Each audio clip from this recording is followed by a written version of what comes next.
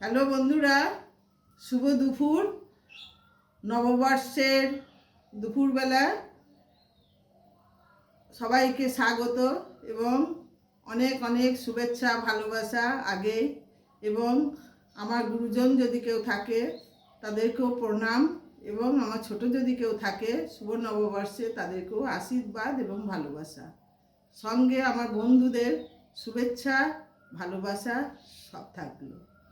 এবার বলি বন্ধুরা, আজকে পয়লা বৈশাখ, আজকে ওয়েদারটা কিন্তু প্রচণ্ড ভালো। কেন? গতকাল রাত্রিতে প্রচণ্ড ঝড় বৃষ্টি হয়েছে, অন্তত 2-3 ঘন্টা ধরে ঝড় বৃষ্টি হয়েছে। আমাদের এখানে চড়কের পুজো হয়, সেটা হতে পারেনি। চড়কের মেলা হয়, সেটা হতে পারেনি। মনে হচ্ছে যেন সেটা আজকে হবে। যাই হোক, সেটা তো অন্য ব্যাপার। আজকে দুপুরে কি রান্না করেছি, এবং আজকে গণেশ পুজো, সবাইকে ভালো রাখুক ঠাকুর, এটাই কামনা করছি ঈশ্বরের কাছে। যাই হোক, কী রান্না করেছি একটু দেখাই বন্ধুরা, তারপর তো খাবো। আজকে তো একটু করতে হয় অন্যরকম, তাই একটু করেছি। এই যে বন্ধুরা দেখুন, আলু, উচ্ছে, পেঁয়াজ, কাঁচা লঙ্কা দিয়ে কুচিয়ে একটু ভেজেছি।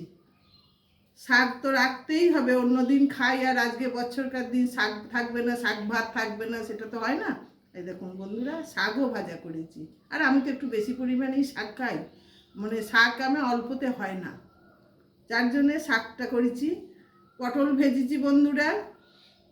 এই যে শশা কেটে নিয়েছি, আর গরম ধোঁয়া ওটা, একদম ধোঁয়া ওটা গরম ভাত সে তো আছে। আর চাটনিটা বন্ধুরা কালকেকার করা, আজকে করিনি।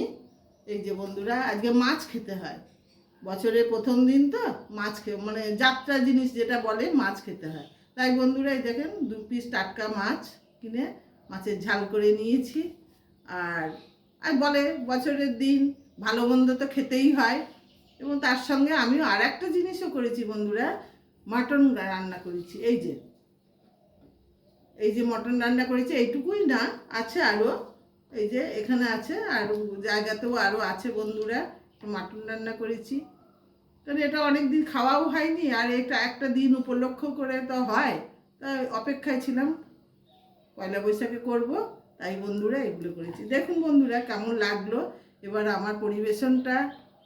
আপনাদের বাড়িতে মাটন হলো না চিকেন হলো, সেটাও জানাবেন।